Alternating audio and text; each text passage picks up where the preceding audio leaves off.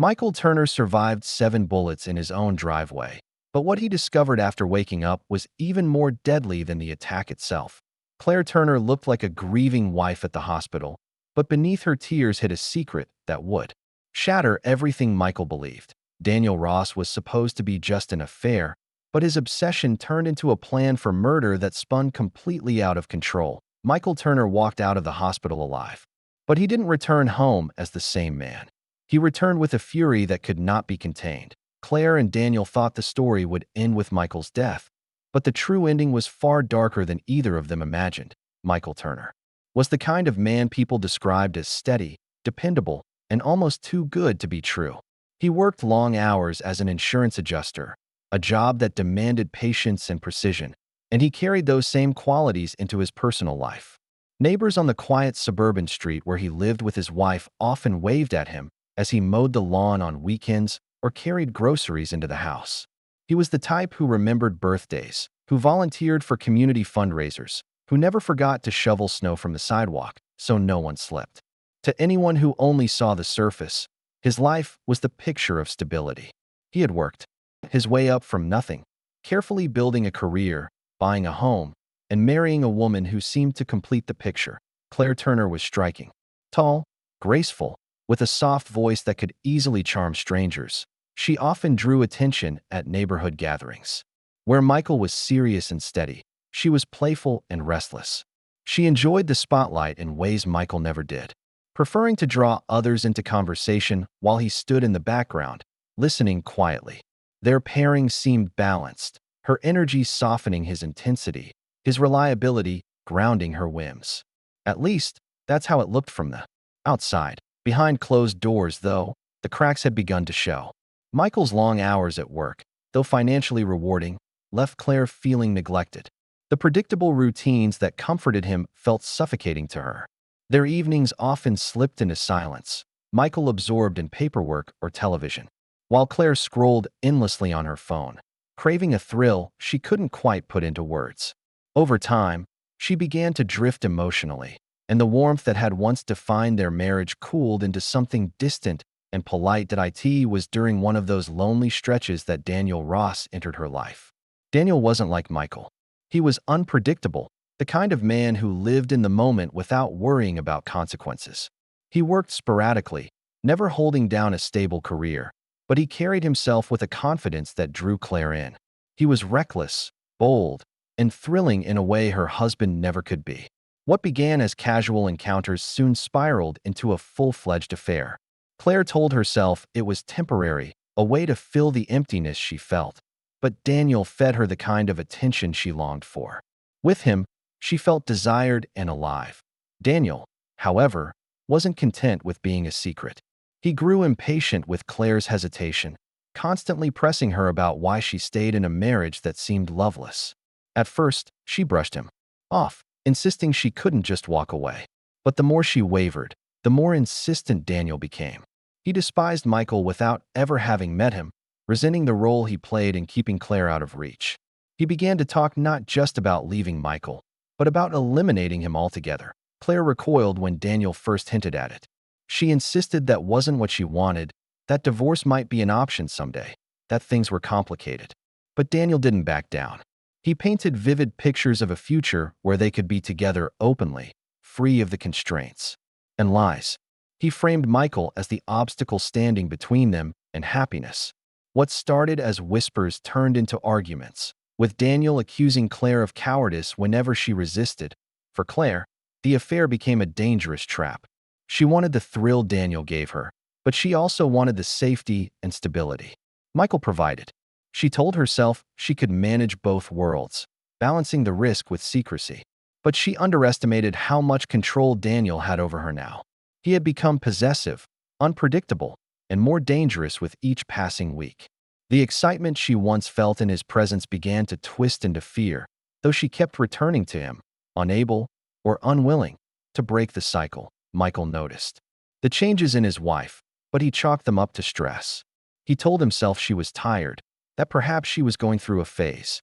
He never imagined another man was involved, and the idea of betrayal never crossed his mind.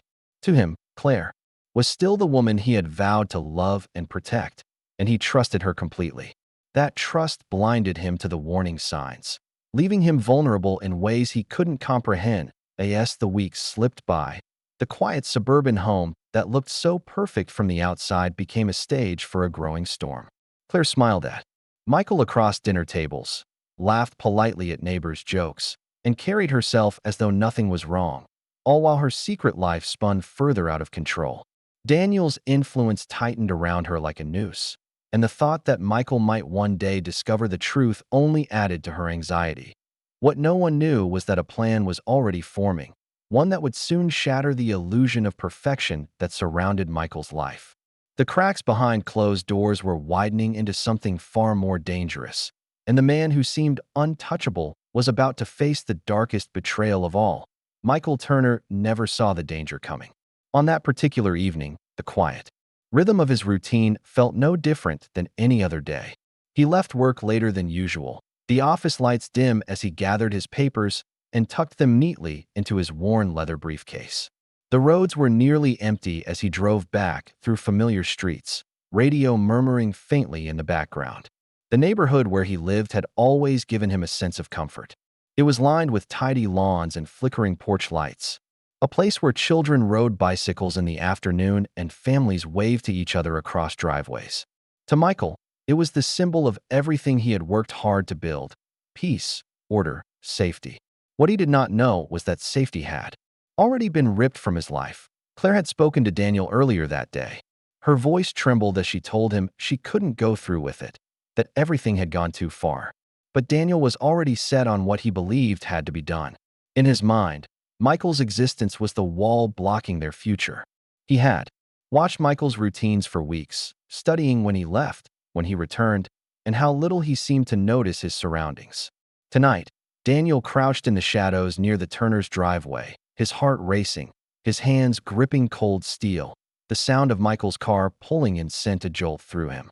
The headlights briefly illuminated the neat rows of hedges, the garage door reflecting the beams before fading back into darkness. Michael parked with the same precision he always did, turning off the engine and letting the silence settle. He reached for his briefcase, already thinking about dinner and the comfort of home. The air was cool, carrying the faint smell of cut grass and damp pavement. It should have been an ordinary night, unremarkable, forgettable.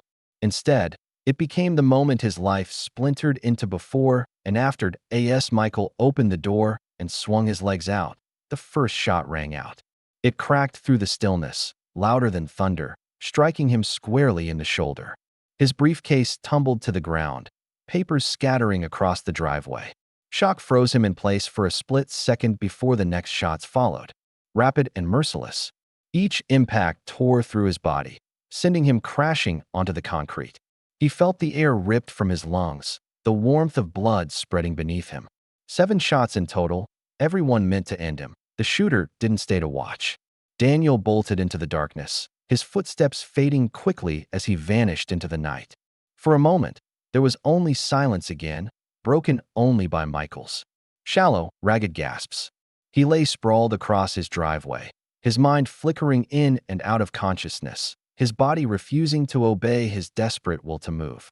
The world around him blurred into fragments, the porch light glowing faintly above, the muffled sounds of a television playing in a nearby house, the metallic tang of blood filling his mouth. Neighbors rushed out when the gunfire reached their ears. Doors flew open, voices shouted, and within minutes the street was alive with panic.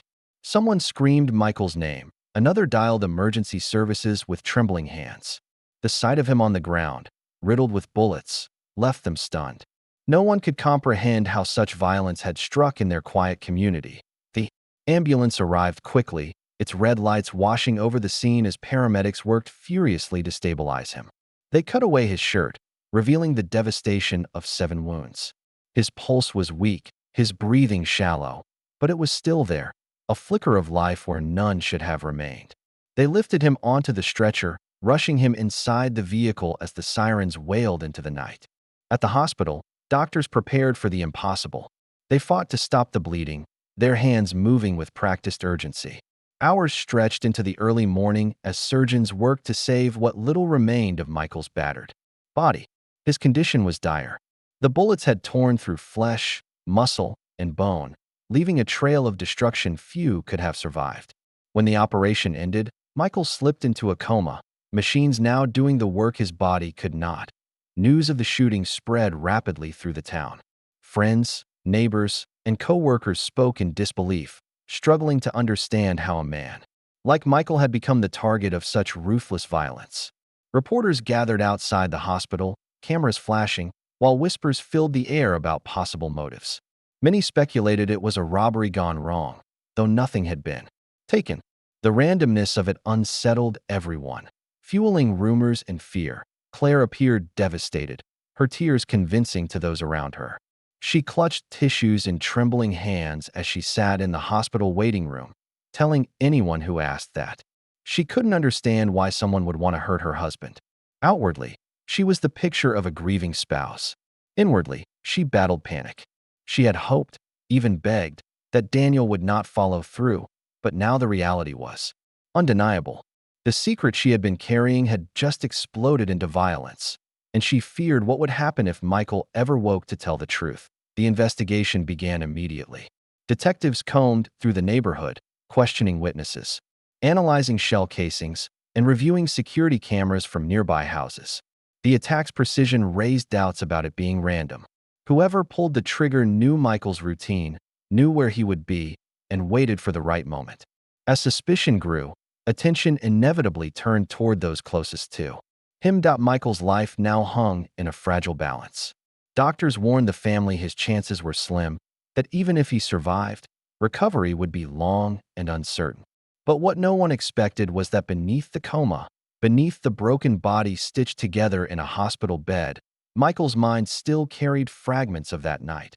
Fragments that, if ever recalled, would unravel the truth behind the betrayal. The weeks after the shooting blurred into one long stretch of uncertainty. Machines hummed steadily in Michael Turner's hospital room, each one keeping him alive while his body fought to recover. Nurses moved in and out, adjusting 4 lines, checking monitors, whispering updates to doctors who studied his chart with guarded expressions. To those watching from the outside, Michael seemed lost in another world, his eyes closed, his face pale, his body still. But inside his mind, fragments of that night drifted back and forth like broken glass scattered on a floor. He saw flashes of light, felt the sharp sting of bullets, and in fleeting moments of awareness, he remembered the shadow of someone standing just beyond the reach of his vision. His family gathered often, keeping vigil by his bedside. Neighbors, who once waved at him across lawns, now whispered prayers in the hospital chapel. To them, he was a victim of senseless violence, a man who had simply been in the wrong place at the wrong time. But to Claire, the days dragged with a different kind of weight. Every time she sat in that room, pretending to grieve and waiting for updates, she was haunted by the possibility that Michael might eventually open his eyes. She lived in constant fear that the truth, the one she had hidden so carefully, would spill out the moment he could speak. Doctors warned that recovery, if it happened at all, would be long. Yet slowly, against all odds, Michael's body began to respond. His fingers twitched, his eyelids fluttered, and eventually, after weeks of stillness, his eyes opened. The staff called it a miracle. They surrounded him, asking him to follow lights, to respond with movements, to hold on as his body tried to rebuild itself. Michael struggled, but he complied, each small action a victory. His body was weak, riddled with scars and pain, but his mind was sharper than anyone suspected. As he became more alert, memories of the night surfaced in fragments. He remembered stepping out of his car, the sharp crack of a gunshot, the searing heat in his shoulder. He remembered falling, gasping, trying to crawl toward the safety of his porch before the world went black. And most of all, he remembered the figure in the shadows. Though his mind couldn't yet provide a clear face, the certainty inside him grew. This wasn't random. Someone had planned this, someone who knew him. Detectives soon arrived at his bedside, eager for answers. They asked if he remembered anything, if he had enemies, if he could describe what happened. Michael spoke with effort, his voice weak, but determined. He told them it wasn't a burglary, that nothing had been stolen, that the shooter had been waiting for him. He couldn't yet name the man, but he was sure it was personal. His words gave investigators a new direction, pushing them to look deeper into his life. Meanwhile, Claire's nerves frayed. She tried to maintain her mask of loyalty, sitting beside him, adjusting his blankets, whispering encouragements to anyone within earshot. But when she was alone, her hands trembled. Every improvement in Michael's condition brought her closer to exposure. Daniel called her constantly, demanding updates, pressuring her to reassure him that Michael would not survive. But Michael's survival was undeniable now, and with it, the risk that their secret would be revealed that AS days turned into weeks. Michael began piecing together the betrayal. He replayed memories of Claire's sudden distance, her secretive phone calls, her unexplained absences. The puzzle that once made no sense was slowly forming a picture he could not ignore. When detectives mentioned they were investigating people close to him, something inside Michael hardened. He knew where the truth was pointing. He had trusted Claire completely, but now every instinct screamed that she had been part of it. Physically, progress came slowly. He learned to sit upright again, to take cautious steps down hospital hallways, each movement an act of determination. He endured endless therapy sessions, pushing through pain, driven by something stronger than recovery alone. It wasn't just about healing anymore. It was about confronting what had been done to him that night, when the hospital halls grew quiet, and the hum of machines was the only sound. Michael's thoughts darkened. He imagined the shadowed figure raising the gun, imagined Claire whispering words of affection to another man, imagined the betrayal carved into every wound on his body. Anger grew inside him, deeper and sharper than any pain he had felt. He realized that surviving the bullets wasn't enough. He couldn't just return to life as it had been, not with the knowledge of what really lurked beneath the surface of his so-called perfect marriage. By the time doctors declared him stable enough to leave intensive care, Michael was no longer the man he had been before. He was changed, scarred, but also fueled by a determination no one around him could see. The community celebrated his recovery, neighbors dropping off meals and cards, reporters calling him a miracle. But beneath his polite gratitude, he carried a secret vow. He would find out the full truth of what had been planned against him, and when he did, there would be no forgiveness. Survival had given him a second chance at life, but it had also awakened a fury that would not be quieted. Michael Turner's release from the hospital was marked as a triumph. Cameras flashed outside the sliding doors, neighbors waved, and reporters shouted questions about his recovery. To the world, he was a miracle, a man who had taken 7 bullets and somehow defied death. He smiled faintly as he was wheeled to the car, nodded politely to well-wishers, and thanked the medical staff who had kept him alive. But behind the tired smile, his thoughts were focused elsewhere. The man everyone saw as a survivor was already planning what came next. The weeks in recovery had changed him. He no longer felt like the same steady, trusting man who once believed his life was untouchable. He had seen betrayal up close, felt it burn into his skin, and now every step outside the hospital walls was guided by suspicion. He returned to his home on that quiet suburban street, the same place where he had collapsed in his own blood, but it no longer felt like a sanctuary. The driveway where the bullets had torn into him was now a scar on the landscape, a daily reminder that someone had waited for him in the shadows. Detectives were still piecing together the investigation, and their interest in Claire had grown sharper. Phone records revealed late-night calls with Daniel Ross, a man they quickly identified as someone with no reason to be in Michael's orbit. Surveillance footage from nearby homes showed a vehicle matching Daniel's parked in the neighborhood on the night of the attack. It wasn't enough for an arrest, but it was enough to raise questions. Claire, however, continued to present herself as a grieving, loyal wife. She visited Michael in the hospital, she spoke kindly to neighbors, and she pretended to know nothing. But cracks had begun to show in her performance. Her nerves were thin, her explanations vague. Michael noticed all of it. He watched her closely now, the way she shifted in her chair when detectives mentioned Daniel's name, the way her phone was always face down on the table, the way her eyes avoided his when conversations drifted too close to the truth. He never confronted her directly, not yet. Instead, he listened, observed, and began piecing together the betrayal with quiet precision. Rehabilitation demanded much of his time, but even during therapy sessions, His mind circled the mystery of how deep the plot against him had gone. His steps grew steadier, his strength returned, and with it, his determination solidified. He told himself that justice would come, but he wasn't convinced the legal system would move fast enough. He had learned the hard way that waiting and trusting could be fatal. Late at night, he began to move through the house with a notebook, writing down what he remembered, organizing scraps of information. He noted the days Claire had disappeared. For hours, the phone calls she took in whispers, the times she returned home with excuses that didn't quite fit. He replayed every detail of that night, the car pulling in, the shadow moving toward him, the sound of the gun. The more he wrote, the clearer the picture became. It was no random attacker.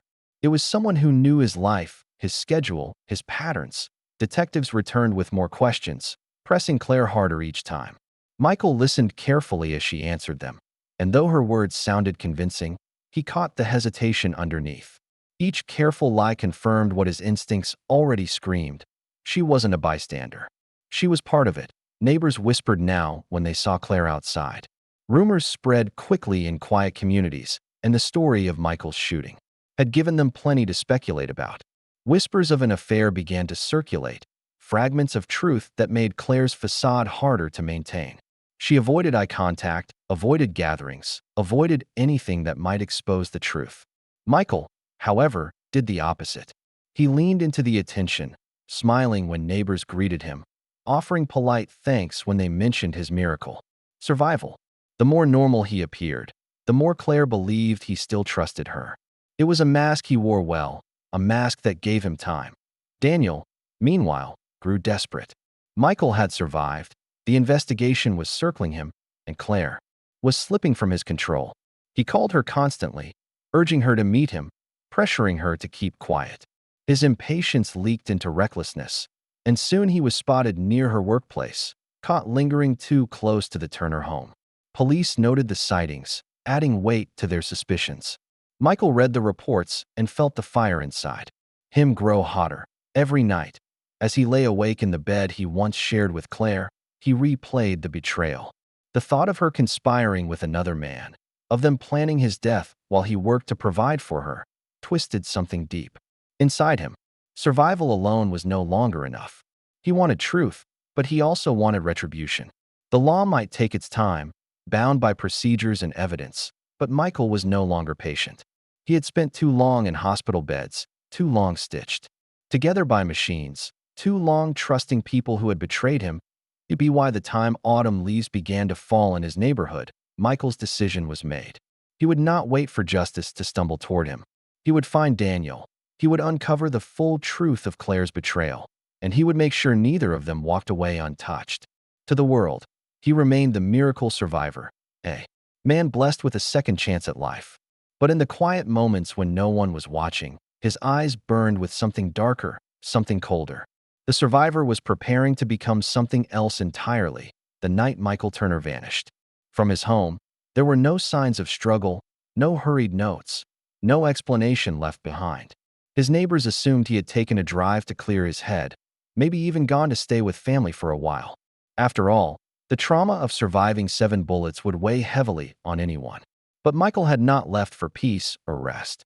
He left with a plan, one that had been building silently from the moment his eyes first opened in that hospital bed.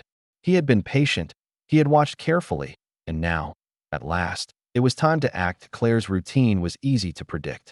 She still worked her part-time shifts at a local boutique, still returned home in the evenings, still answered calls from Daniel in hushed tones. Michael had listened from the shadows of their home, pretending to sleep or keeping his head turned away, memorizing every word that slipped from her mouth. He had no doubt anymore about her betrayal. The woman he had loved, the one he had sacrificed for, had chosen another man and conspired in his death. The thought of her smiling at him across dinner tables while secretly planning his murder ignited a rage he could no longer contain. Daniel was reckless enough to make himself visible. He called Claire constantly, demanded meetings, and sometimes waited in his car at the edge of her street. Michael began tracking him quietly, following him at a distance, watching him slink into rundown bars or park his car near abandoned lots. Daniel was bold when he thought Michael was gone. But he had no idea the man he tried to kill was still alive, stronger than ever, and closing in the woods outside town, away from the eyes of neighbors and police. Michael found the place where he would end it. An old hunting cabin stood in silence, abandoned for years, its windows broken and its roof sagging. It was the perfect place to bring them both, the perfect stage for the truth to be revealed. He prepared it methodically, cleaning out space, making sure no one would stumble upon it.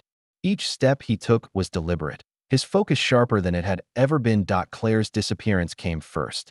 One evening after work, she drove her car down a quiet rural road, expecting to meet Daniel in secret.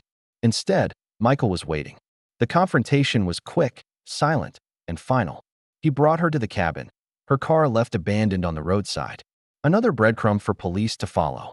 Days later, Daniel's turn came. Reckless as always, he followed Claire's instructions to meet him late at night, unaware that Michael had already set the trap. When Daniel stepped inside the cabin, the confrontation erupted in violence. To Michael, it wasn't enough to pull a trigger or strike a single blow. He wanted Daniel to feel the fear, the helplessness, the certainty of death closing in, the very things Michael had felt that night in his driveway. When it was over, Daniel's body was left deep in the woods, the marks of Michael's rage etched clearly into his flesh. Claire's end came swiftly after. The betrayal burned deeper than any bullet wound, and Michael delivered his judgment without hesitation. Her body, too, was hidden away near the cabin, the place where their secrets had unraveled. To Michael, it was not just punishment, it was balance restored. The police search stretched for days, combing through rural roads and wooded paths. They found Claire's abandoned car first, a chilling clue that suggested foul play. Soon after, they discovered Daniel's remains, and finally, Claire's body, each one tied unmistakably to a brutal hand. The brutality told its own story. This was not random violence. This was personal. Investigators knew immediately that Michael was at the center of it. The survivor of 7 bullets had turned into something far more dangerous, but Michael was gone. He had vanished without a trace, leaving no sign of where he had gone or how far he had fled. Some believed he had crossed state lines, starting a new life under a different name. Others whispered that he hadn't gone far at all, that he was still out there, watching quietly, hidden in plain sight. His disappearance only fueled the mystery, leaving police scrambling for leads and the community gripped by fear. The story of Michael Turner spread quickly, picked up by national outlets, retold as both miracle and horror. To some, he was a man, driven beyond his limits, a victim who had been betrayed and left for dead, only to rise and deliver justice with his own hands. To others, he was a criminal who had allowed his fury to consume him, crossing the line from survivor to predator. The debate raged, but Michael himself remained silent, his whereabouts unknown. The driveway where he had once fallen became a place of grim fascination, neighbors pointing it out to visitors as the spot where it all began. The house where he and Claire had lived was eventually sold, but whispers lingered in the neighborhood for years. People said you could still feel the weight of what had happened there, the way betrayal and vengeance had destroyed the illusion of safety on a quiet suburban street. In the end, Michael's story became more than just a crime. It became a warning. It showed how betrayal could twist love into hatred, how survival could awaken something far darker than gratitude, and how one man's fight to live could transform into a relentless hunger for revenge. 7 bullets had failed to kill him, but the betrayal of his wife had done something even more powerful. It had remade him. And somewhere, out in the world, the man who had once been seen as a miracle survivor was still out there, carrying the weight of both victim and executioner.